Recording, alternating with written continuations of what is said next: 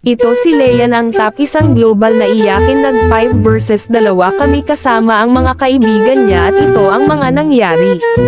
At dito mga paired 2 ka lane ko mabuti na lang Negan Boteti si Anadel at naglalim siya dito mga paired at target lock pala namin dito mga paired is si Leia pag 3-3 pan natin siya hanggang sa umiyak haha at ito ang mga nangyari Mossack Class.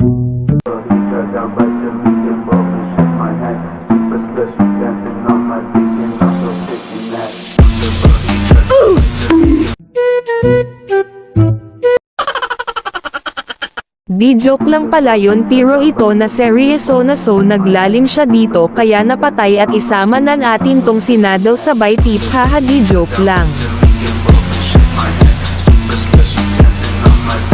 So natakuot na siya lumabas kaya ako na lang pumasok at ito ang mga nangyari.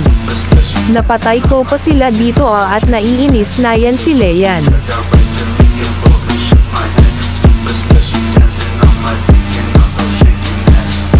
Ito take 2 montik pa nga ako buti na lang nakapag-ilt palabas.